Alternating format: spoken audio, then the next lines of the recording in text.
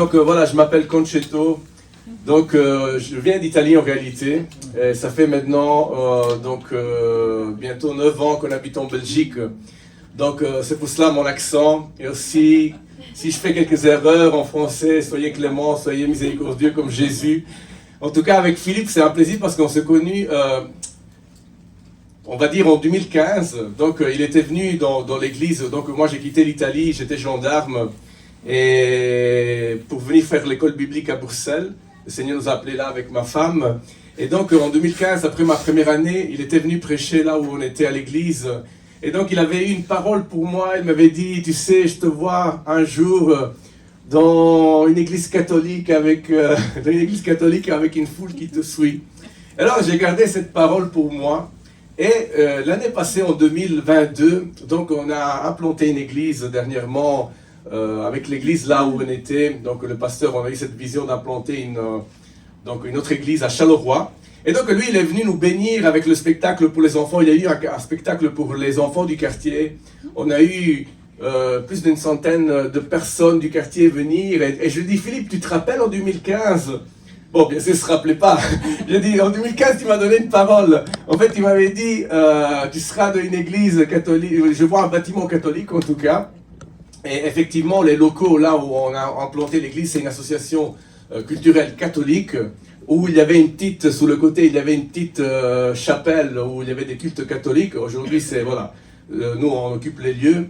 Et donc, tu te rappelles, donc il y a le bâtiment catholique, et il y a aussi la foule, parce que depuis 2 ans, on vit vraiment un réveil, comme il a dit, plusieurs personnes viennent à Jésus, et on fait aussi un travail dans le social, on aide des familles en difficulté, donc vraiment on voit l'œuvre de Dieu, et on voit que ce qu'il avait dit en 2015 est en train de s'accomplir. Et gloire à Dieu aussi pour cette église, pour cette belle église, pour ce beau projet. Et ce matin, vraiment, j'ai une parole pour vous. Ça fait 4 mois que je la tiens là. Et maintenant, je dois la délivrer, je dois la donner parce que j'en peux plus. Mais ça va être une bénédiction, ça va être un bon moment ensemble. Donc, on va aller directement avec le titre du message. Tu peux mettre Qui vous a arrêté ? Qui vous a arrêté ? C'est le titre de ce matin. Et c'est une parole de l'apôtre Paul. Vous savez, dans l'épître aux Galates, chapitre 5, 7 et 8, il dit « Vous couriez si bien, qui vous a arrêté ?» C'est comme un leitmotiv ce matin, c'est une punchline. J'ai entendu que ce mot, c'est très à la mode, punchline. En fait, quand tu entends un titre pareil, tout de suite, tu vas décoller. Et donc, c'est l'apôtre Paul qui dit « Vous couriez si bien, qui vous a arrêté pour vous empêcher d'obéir à la vérité ?» Cette influence ne vient pas de celui qui vous appelle.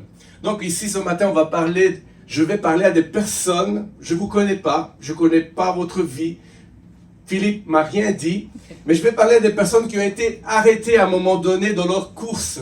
Et ce stop, ce n'était pas quelque chose qui venait de Dieu, ce n'était pas quelque chose qui venait de la vérité, mais c'est quelque chose qui vient de l'extérieur. En fait, l'apôtre Paul, quand il écrit cette parole aux Galates, l'épître aux Galates, c'est une épître qui a été envoyée à un groupe d'églises. Il n'y avait pas qu'une seule église, c'était des églises de maison. Et en fait, quand il dit « qui vous a arrêté » dans le texte originel, c'est vraiment un stop, c'est un obstacle, c'est vraiment une rupture comme d'un pont. En fait, on ne peut plus avancer parce qu'il y a eu quelque chose de l'extérieur qui est arrivé, pam, et il a coupé cet élan. Tu étais si bien, tu étais si bon, tu avais tellement de talent dans ta vie, tu as été coupé, bam, net. C'est comme s'il y a un trou et on n'arrive pas à le dépasser. Et j'espère que cette parole que Philippe a donnée, aujourd'hui, ça va être une date anniversaire, une date qu'il faut noter. Pas parce que je suis là, pas parce qu'on est là, mais parce que le Seigneur, aujourd'hui, il nous permettra de redémarrer vers des choses magnifiques. Et donc ce matin, j'aimerais te dire, je ne sais pas à qui je parle là, qui t'a arrêté? Peut-être ça a été une déception amoureuse, peut-être ça a été une trahison dans la famille, peut-être ça a été une incompréhension quelque part. Parfois, vous savez, on est hyper connecté, mais on a des difficultés à communiquer. Combien de fois ma femme me dit, est-ce que tu penses qu'ils t'ont bien compris là? Tu t'es bien expliqué parce qu'il sait que parfois, moi je pense que de l'autre côté on m'a compris, mais il y a des incompréhensions. C'est normal, on est des hommes. Parfois il y a des accidents de la vie, et là je ne parle pas d'accidents routiers.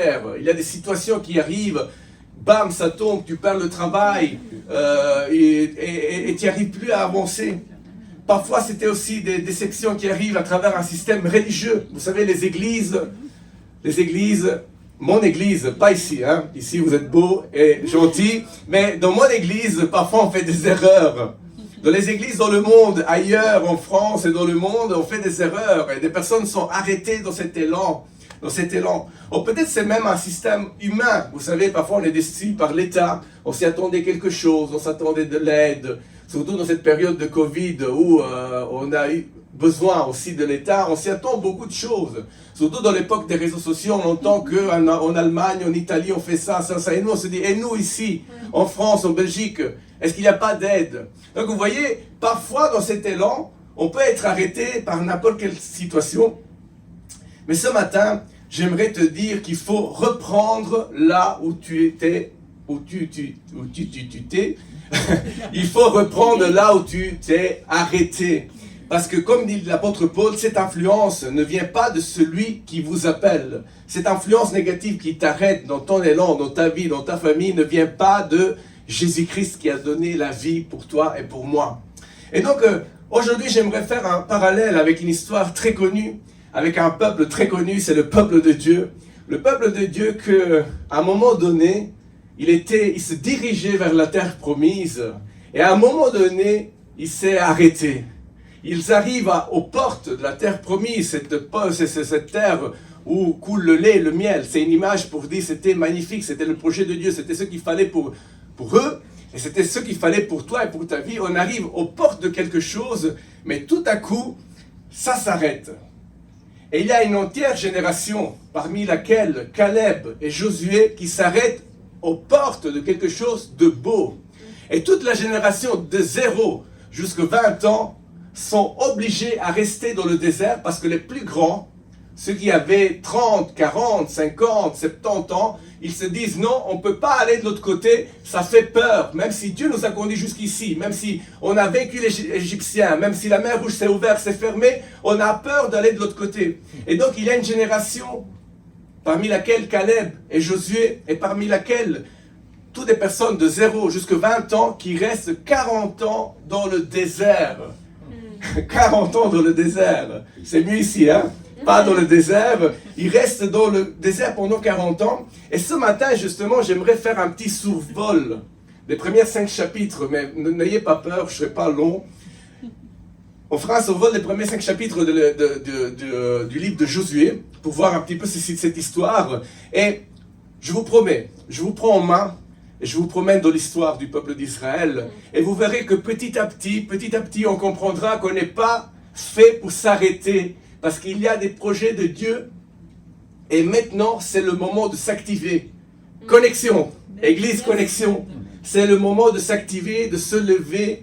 Vous avez une bonne équipe de leaders. Vous avez des personnes qui ont vécu des choses positives et négatives qui peuvent vous conduire vers les projets de Dieu pour vous et votre famille. Amen. Et donc, on parle ici de Josué. Josué, c'est quelqu'un qui prend l'héritage, le grand héritage de Moïse, vous imaginez? Josué, face à Moïse, il prend son héritage. Il doit conduire un peuple têtu de l'autre côté. Et il dit, ok, maintenant on va repartir, parce que toute l'ancienne génération, ceux qui nous avaient empêchés d'aller de l'autre côté, ils ne sont plus là. Ils sont disparus. Ils sont finis dans le désert. Maintenant, on va redémarrer. Et j'aimerais vous montrer ce premier passage, le chapitre 1. Après la mort de Moïse, donc Josué 1, 3. Après la mort de Moïse, le serviteur de l'Éternel, l'Éternel dit à Josué, donc c'est Dieu qui appelle ce matin.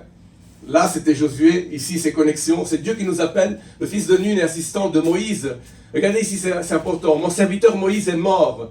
Maintenant, pas... Lève-toi, passe le Jourdain avec tout ce peuple pour entrer dans le pays que je te donne aux Israélites. Et tout lieu qui foulera la plante de vos pieds, je vous le donne comme je l'ai dit à Moïse. Tu peux laisser les textes et toutes les images à chaque fois. Donc il dit c'est maintenant et pas demain. C'est pas dans une heure, dans un mois. C'est maintenant qu'il faut se saisir, il faut se ressaisir. Et surtout il faut se lever pour changer d'attitude. Vous savez, quand tu te lèves, si j'appelle quelqu'un se lever, il change de position.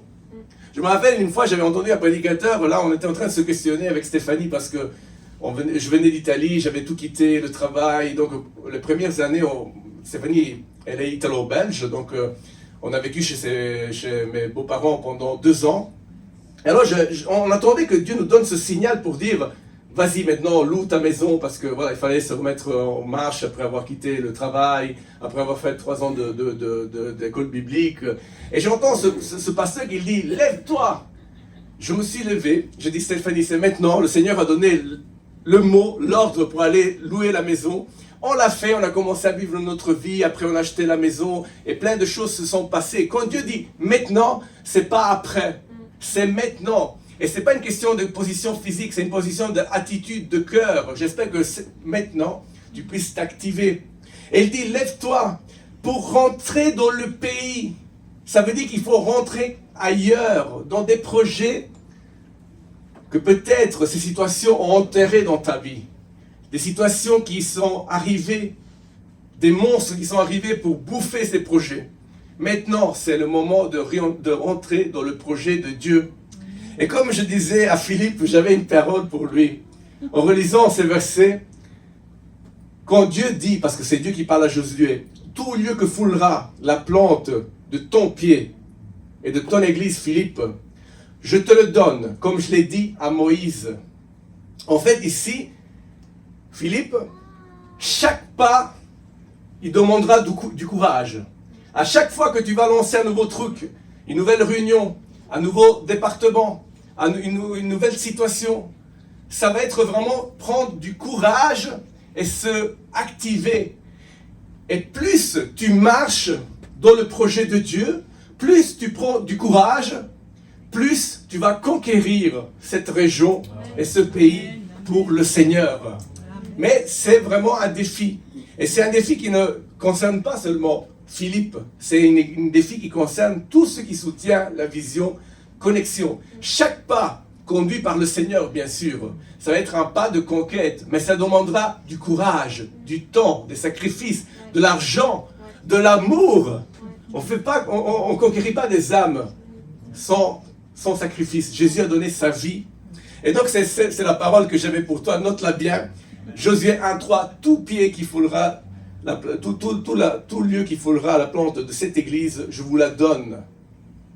Alors, la première chose, j'aimerais vous montrer et vous dire que tu peux avancer. Ne reste pas à Sittim ce matin. En fait, Sittim, pour ceux qui connaissent un petit peu le livre de Josué, c'est le dernier endroit géographique où le peuple s'était arrêté avant de la terre promise. Donc c'est un camp, c'est un endroit où ils se sont arrêtés. Ils arrivent aux portes. Vous pouvez le lire dans l'Exode, dans les Nombres, vous pouvez lire, ils s'arrêtent dans cet endroit et ils restent là pendant 40 ans. Et alors là, j'ai mis une petite équation. Sittim égale aridité, dévastation et gaspillage. Et je vous explique pourquoi. Parce que déjà, le nom Sittim de la localité, ça veut dire vallée de l'aridité. Je crois que dans l'aridité, il n'y a pas de bonnes choses qui vont arriver. Et ensuite, pourquoi aussi dévastation et gaspillage? Parce que dans cette vallée, il y avait un roi qui s'appelait Balak. Et Balak, c'est un roi qui a combattu les Israélites. Et son prénom, ça signifie justement dévastation, gaspillage. Au milieu de nous, il y a plein de possibilités. Et là, je ne suis pas en train de vous prêcher un évangile de positivité, de prospérité. Je crois qu'en chacun de nous, Dieu a mis des cadeaux, des talents. Mais parfois, il y a des rois. Parfois, il y a le diable. Le diable, l'ennemi numéro 1, le gaspillateur, celui qui tue, celui qui dévaste, qui nous fait la guerre. Et c'est le cas de ce roi. Au Nombre 25, il veut faire la guerre au peuple d'Israël. Il n'arrive pas, il envoie un prophète pour les maudire, mais il n'y arrive pas. Et alors qu'est-ce qu'il fait? Il envoie des femmes Et le peuple tombe dans l'idolâtrie et dans la fornication. Et il y a 24 000 personnes parmi les Israélites qui meurent. Donc cela pour te dire ce matin, ne reste pas à Sittim dans cette aridité. Parce qu'il y a un ennemi. Il y a un ennemi que ce n'est pas un homme, c'est le diable qui veut tout gaspiller. Il veut tout piétonner. Il veut détruire ce que Dieu a mis dans ton cœur. Sittim n'est pas fait pour toi et n'est pas fait pour ta famille. Sittim n'est pas fait pour ton église parce que c'est vraiment de l'aridité. Et au chapitre 3 de Josué, donc on est là en train de survoler, de faire cette promenade dans l'histoire du peuple d'Israël. Au chapitre 3, verset 1, je n'ai pas mis le verset, mais je vais le lire pour vous. Josué, donc, il a cet ordre de la part de Dieu, il faut se lever maintenant. Et il dit, s'étant levé de bon matin, Josué partit de Sittim avec tous les Israélites. Donc, quand tu te lèves de bon matin, ça veut dire qu'il y a un projet pour la journée. Quand on est venu ici, on s'est levé de bon matin. Aujourd'hui, on s'est donné une heure de départ pour venir. Quand tu te lèves de bon matin, ça veut dire que le peuple a décidé de faire quelque chose. Josué n'est pas seul. Josué est accompagné par tout le peuple. Et ce matin, j'aimerais te dire que ce message a vraiment une triple dimension. C'est une dimension personnelle. Tu dois te lever toi-même, déjà en première spirituellement. Ensuite, si tu te lèves toi-même, ta famille va se lever. Ta femme, ton mari, tes enfants vont se lever. Et si les familles ici à Connexion se lèvent, c'est toute l'Église qui va se lever et va avoir un impact dans cette région et dans ce pays. Donc, s'il te plaît ce matin, lève-toi et ne reste pas dans l'échec que tu as vécu. Ne reste pas dans cette trahison religieuse que tu as vécue, dans cette malentendu que tu as eu avec ton père, ton frère, ta mère, ton cousin. Ne reste pas à Sittim, ne reste pas dans l'aridité, parce que le diable, il veut que ça, que tu restes dans l'aridité, parce que dans l'aridité, rien pousse et tout meurt. Donc ce matin, qu'est-ce que tu veux faire? Est-ce qu'il y a des personnes qui veulent se lever avec Philippe, avec Sandrine? Levez la main si vous êtes là. Est-ce qu'il y a des personnes qui veulent se lever? Ça a l'air de rien, vous savez. Dès que je travaille avec le pasteur Paulo Lavecchia, et à chaque fois, nous aussi, on fait des appels souvent. Et vous savez, quand on se lève, ça a l'air de rien, c'est vraiment un engagement. Quand on lève une main, c'est vraiment qu'on puisse lever une main pour dire, oui, maintenant, je vais me lever et je vais suivre, pas Philippe. Oui, il est votre pasteur, mais Philippe, ça doit aller au-delà, suivre Jésus. Amen. Vous savez, Josué et Jésus, c'est le même prénom. C'est la version hébraïque et juive. Et tous les deux, ça veut dire l'Éternel sauve. Il est représentant. Il a été placé par le Seigneur à la tête de cette église. Mais en lui, il y a ce Jésus-Christ qui veut voir des familles et des personnes restaurées. Parce que parfois la vie est compliquée. Ça fait mal. Ça fait mal. Donc ne reste pas à Sittim ce matin. Deuxième chose qu'on va voir dans ces 5 chapitres, stop! Si vous prenez ma Bible, en fait, moi j'aime bien faire des graffitis dans ma Bible, colorier. Et donc après le verset 3.1, donc chapitre 3, verset 1, il y a un stop, tu ne peux pas le louper. Et là, tu pourrais te dire, mais attends, tu nous as dit qu'il faut se lever, et maintenant tu dis stop, qu'est-ce qui se passe là? Oui, stop, parce qu'il y a 2 choses à savoir, et là, on a le texte biblique, tu peux le mettre. Au bout des 3 jours, les officiers parcoururent le camp et donnèrent cet ordre au peuple. Lorsque vous verrez les prêtres, les lévites porter l'arche de l'alliance de l'Éternel, votre Dieu, vous partirez de l'endroit où vous êtes et vous les suivrez. Mais il y aura entre vous et elle une distance d'environ 1 kilomètre. N'approchez pas, elle vous montrera le chemin que vous devez suivre, car vous n'êtes pas encore passé par ce chemin. Tu peux avancer? Ah non, ok, tu peux laisser le texte là. Donc ici, il y a vraiment un stop, parce qu'il y a 2 choses à comprendre avant de partir. Et la première, c'est que l'arche de Dieu doit être devant nous. L'arche de Dieu, en fait, représentait la présence de Dieu au milieu du peuple. En fait, c'était ce coffret que Dieu avait décidé que son peuple puisse construire afin que le peuple voit que Dieu était au milieu d'eux. Et donc les officiers, ils donnent un ordre. Maintenant, on va se lever. Dieu va être avec nous et il faut qu'il soit devant nous. Pas derrière, pas à côté. Il faut qu'il soit devant. Parce que quand on doit se lever, c'est lui qui conduit l'Église. Vous savez, j'ai découvert, dans l'Ancien Testament, en fait, on appelle cette arche, on l'appelle de deux manières. L'arche de l'Alliance, ça veut dire quoi? Dieu a fait une alliance avec son peuple. Il lui a promis qu'il sera toujours avec eux si on le suit. Et de la deuxième manière, on l'appelle aussi l'arche du témoignage. Parce qu'à chaque fois que l'arche était devant et que le peuple suivait, il y avait des grands témoignages.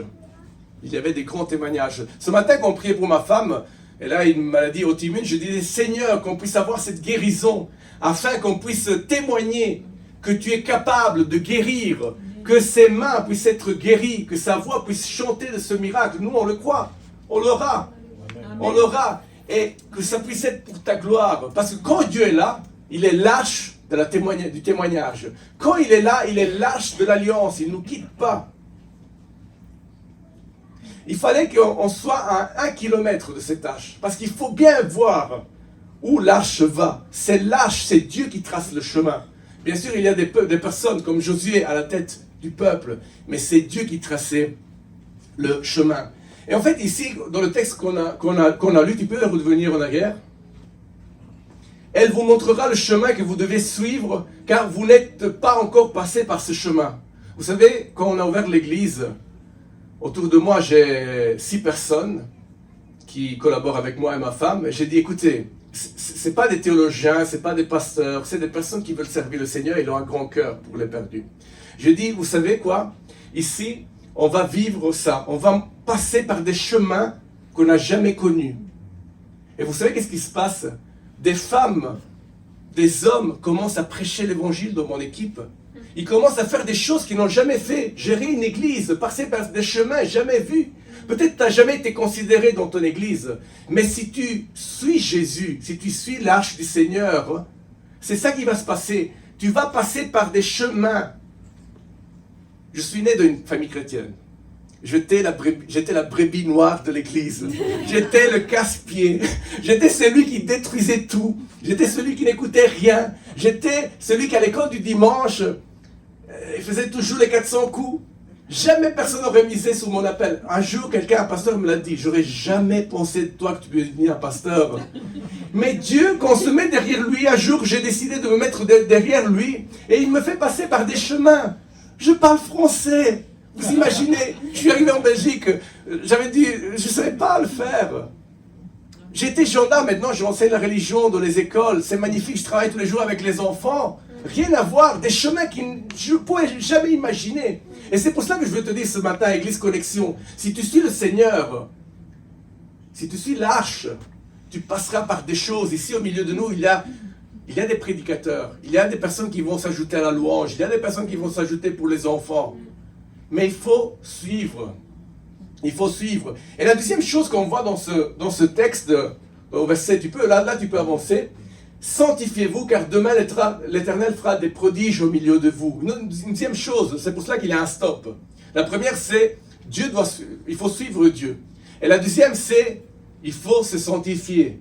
Vous savez, avec les émotions, avec l'envie, avec l'élan, avec la force, avec les dons, on n'y arrive pas. On y arrive avec la sanctification. Sanctification, c'est se mettre à part. Ok, il y a le culte le dimanche, Philippe enseigne bien la parole, il y a une belle louange, mais moi, pendant la semaine, je me mets à part.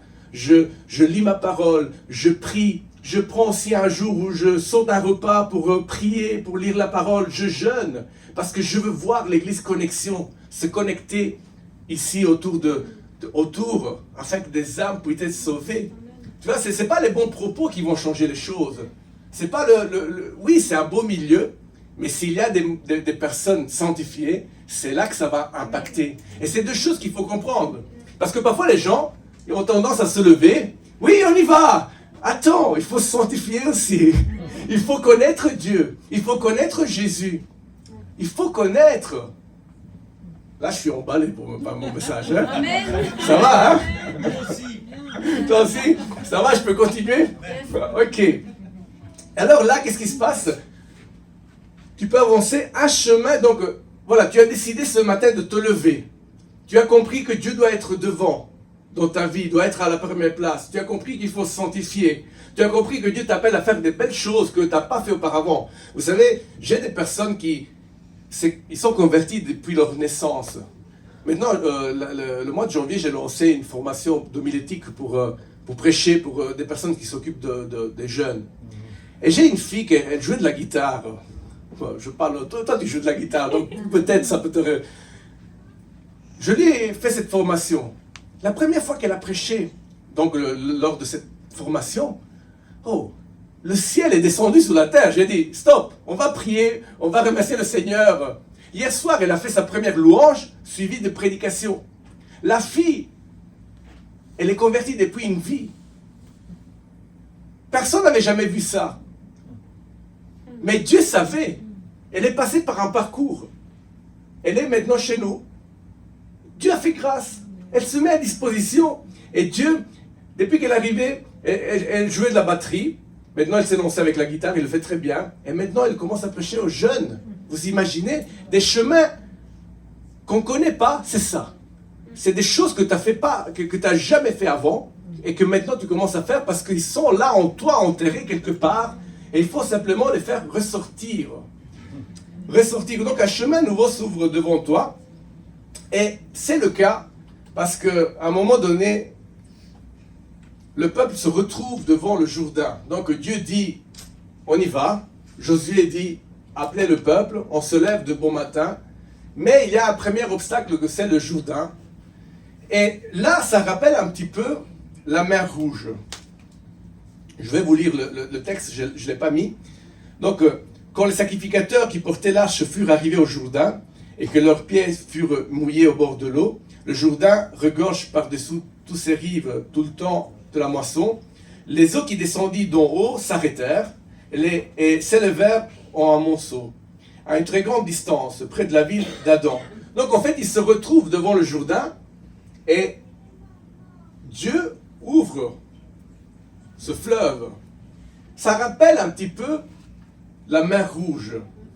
Mais il y a une grande différence.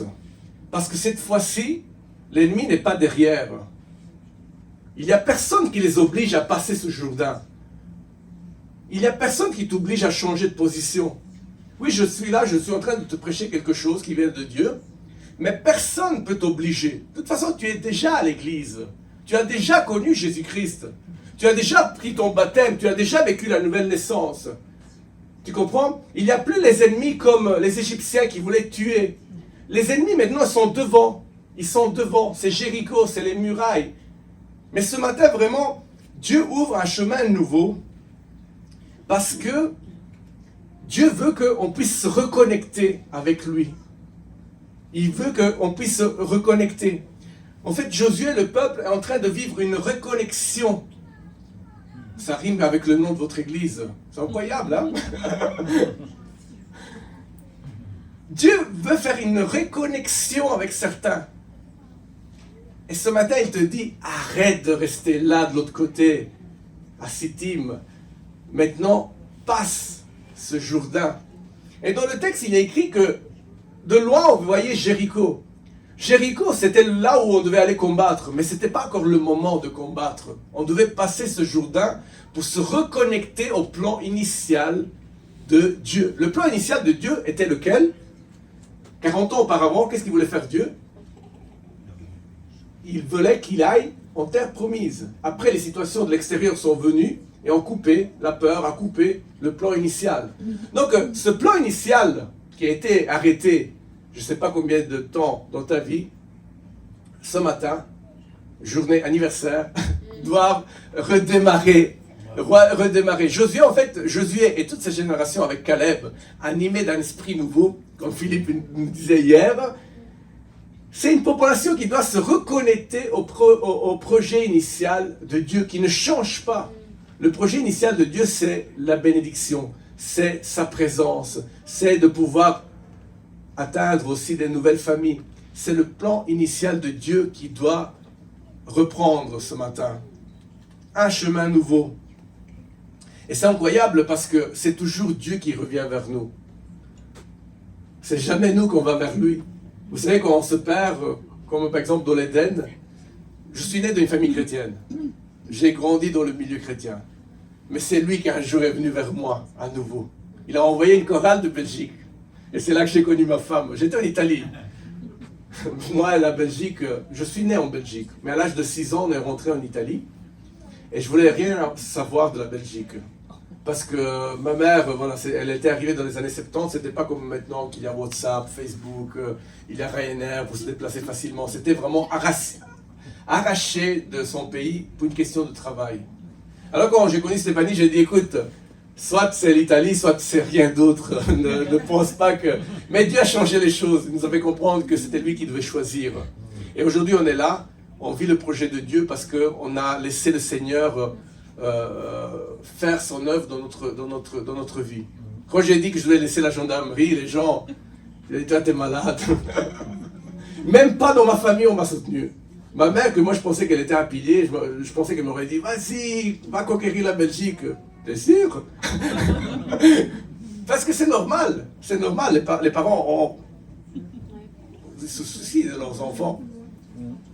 Donc, qu'est-ce qui se passe? Un chemin nouveau pour se reconnecter avec Dieu s'ouvre et tout le peuple se connecte à ce projet.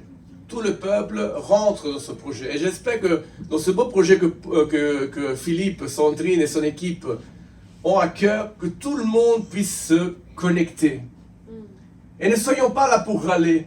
Philippe, moi je ferai comme ça, moi je ferai de là, moi j'ajouterai une autre réunion tout de suite, moi j'ajouterai une soirée de louange. Non, laissons faire le Seigneur. Le Seigneur est devant, il trace le chemin. Et petit à petit, on avance vers ce projet magnifique, ce projet grandiose. La salle deviendra petite, mais laissons, parce que vous savez, souvent, les personnes ont tendance à vouloir faire tout de suite. Tout de suite, il faut faire tout de suite 4 cultes par dimanche. Il faut tout de suite faire ça. Il faut tout de suite ouvrir le groupe des jeunes. Tout de suite, tout de suite. Laissons faire le Seigneur. Laissons aussi que des personnes qui sont appelées à servir dans certains domaines puissent se lever et se conscientiser et dire oui, là, c'est ma place. Je dois prendre place. Je dois avancer. Je dois le faire. Pas parce que c'est Philippe et parce qu'il est gentil, mais parce que c'est le Seigneur qui m'appelle à faire ce que je dois faire. Et donc, qu'est-ce qui se passe? Tu peux avancer.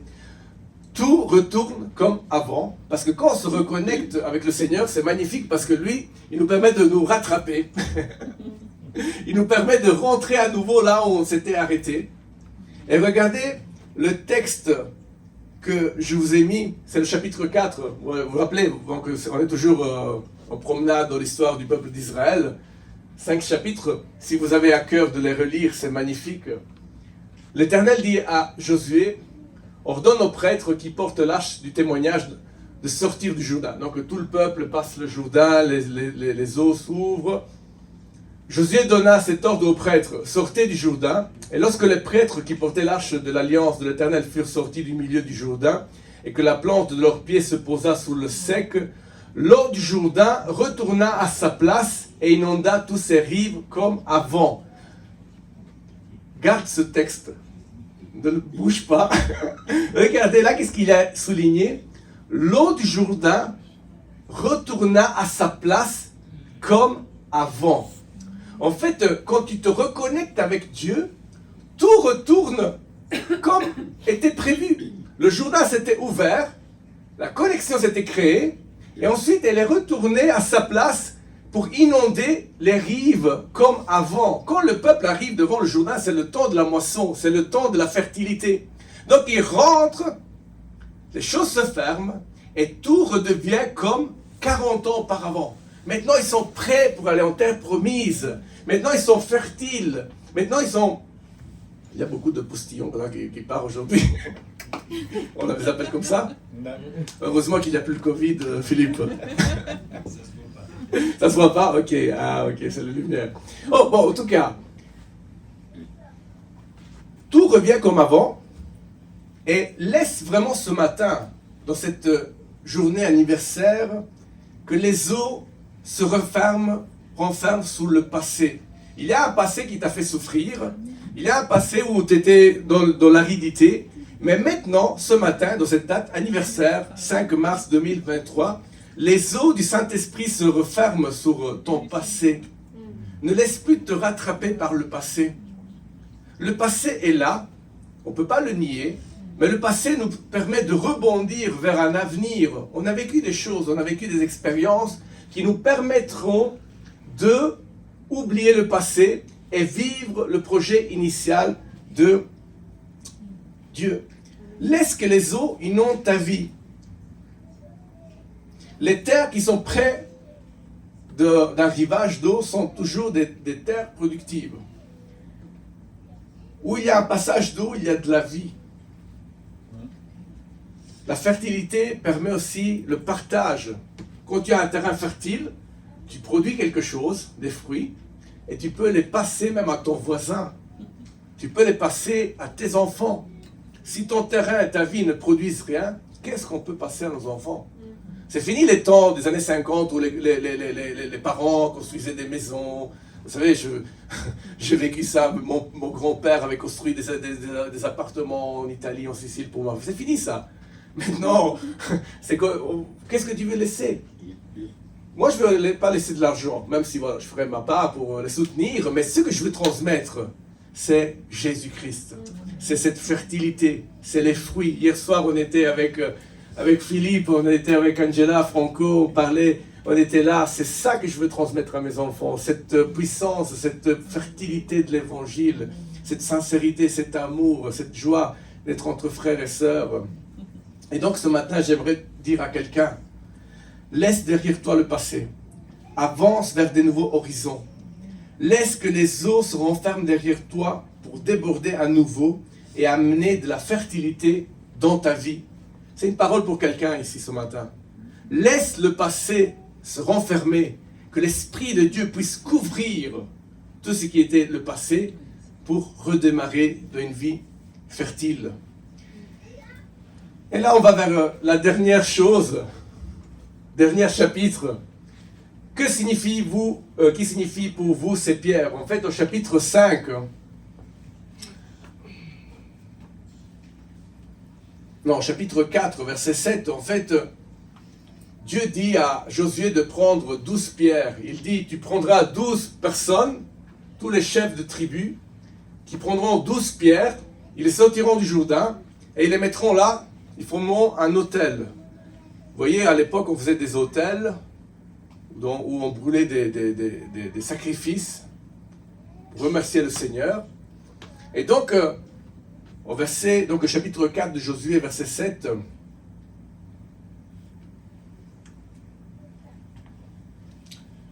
Dieu demande à Josué de prendre ses pierres, parce qu'un jour, quand les enfants de Josué et de toute cette génération qui avait passé le Jourdain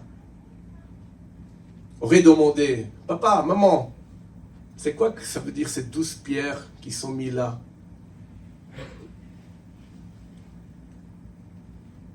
Là, tu pourras répondre, ça c'est notre passé, c'est notre vie, c'est ce qu'on a vécu avec le Seigneur, c'est ce qu'on a vécu avec lui. On était dans l'aridité, mais un jour, le 5 mars 2023, le Seigneur nous a parlé et on a reconstruit l'autel, on a sorti ces pierres afin qu'on ne puisse plus retomber dans le passé, afin qu'on ne puisse plus retomber en arrière, afin qu'on puisse avancer.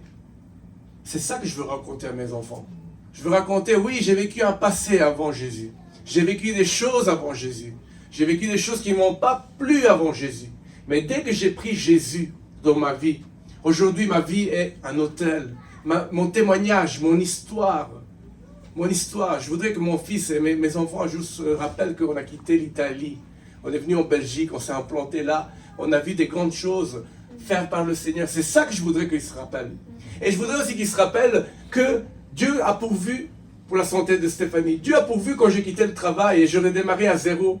Mon premier emploi, c'était de ramasser des poubelles chimiques dans des laboratoires Il y avait des rats à l'intérieur. Vous imaginez, moi, j'avais quitté une uniforme. J'ai du respect pour tous les boulots. J'étais content parce que... Mais vous imaginez. Mais là, à chaque fois que le diable essayait de me dire, t'as vu, t'as quitté l'Italie pour venir ici et maintenant tu fais cet intérim à 10 € l'heure. Je gagnais 80 € par semaine parce que je travaillais que 8 heures semaine. Je vivais chez mes beaux-parents. Quand le diable me disait, t'as vu, t'as quitté ton poste, là, t'étais bien à Milan. Là, je chantais toujours, oh, ce nom est si merveilleux, oh, ce nom est si merveilleux. Le nom de Jésus-Christ, mon roi. À chaque fois qu'il me disait, t'étais mieux avant, je disais, non, je sais pourquoi je suis là. Aujourd'hui, grâce à Dieu, on est béni, on travaille, on sert le Seigneur. Mais ça a demandé de se lever, de changer de place, d'avancer vers quelque chose d'inconnu, vers quelque chose un chemin que Dieu traçait pour moi et ma femme. Pour moi et ma femme. Ces pierres sont notre histoire qu'il faut passer à nos enfants. C'est des erreurs aussi de laquelle on doit apprendre des leçons. C'est des pierres qui nous montrent que dans le désert, on meurt. Sors de ce désert parce que tu vas mourir. C'est un témoignage qui nous rappelle que Dieu donne toujours des opportunités. Et vous savez quand Dieu dit, dresse des pierres afin que tes enfants ils te demandent. Je me suis dit, mais Seigneur, est-ce que ces pierres sont encore là? Bien sûr, elles ne sont plus là, physiquement, mais elles sont écrites noir sur blanc de la parole. Pour ceux qui lisent la parole, pour ceux qui lisent le chapitre 4 de Josué, il y a 12 pierres qui sont dressées depuis des milliers d'années et ne tomberont jamais jusqu'au retour de Jésus-Christ. Jusqu'au retour de Jésus-Christ, ces pierres sont dressées et sont un témoignage que Dieu ne nous laissera jamais mourir dans notre passé, dans notre aridité, parce qu'on est appelé à vivre le paradis sur terre. Ce n'est pas une nouvelle doctrine, c'est la réalité. Quand tu es avec Jésus, tout devient, même les tempêtes, même les maladies, devient facile à traverser. Conclusion. Et là, j'invite Stéphanie, je vous invite à fermer les yeux. Alléluia. Alléluia. Pendant que Stéphanie se prépare pour nous accompagner dans ce temps de réflexion, j'aimerais vous lire le chapitre 5. Je vous avais promis cette promenade dans le temps, dans les premiers 5 chapitres du livre de Josué, un livre que me fascine parce que, voilà, c'est un homme qui a pris l'héritage de Moïse et il a pu ramener le peuple en terre promise. Et donc j'aimerais vous lire ce verset 1 du chapitre 5.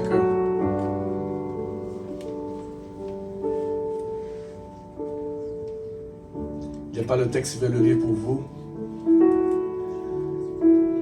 Lorsque tous les rois des Amoréens qui se trouvaient à l'ouest du Jourdain et tous les rois de Canaan près de la mer Méditerranée apprirent que l'Éternel avait asséché l'eau du Jourdain devant les Israélites jusqu'à ce qu'ils y aillent traverser, ils perdirent courage et leur esprit fut abattu devant eux. En fait, dès qu'on entend que le peuple s'est levé, s'est sanctifié, a laissé lâche aller avant, et que les eaux du Jourdain se sont ouvertes, qu'on a sorti les 12 pierres de témoignage, on les a placées là, les rois de l'autre côté, les ennemis ont commencé à trembler. Ils se disent, mais alors ils sont vraiment... Ils veulent le faire. Ils veulent avoir cette terre promise. Ils veulent conquérir ce Fort Bac, cette ville, cette forteresse spirituelle qui est dressée là-haut. Ils veulent la vaincre. Cette église Connexion veut faire sa part dans le royaume de Dieu. Philippe et son équipe et son église, ils sont vraiment, ils n'ont pas peur. Parce que Dieu est avec eux.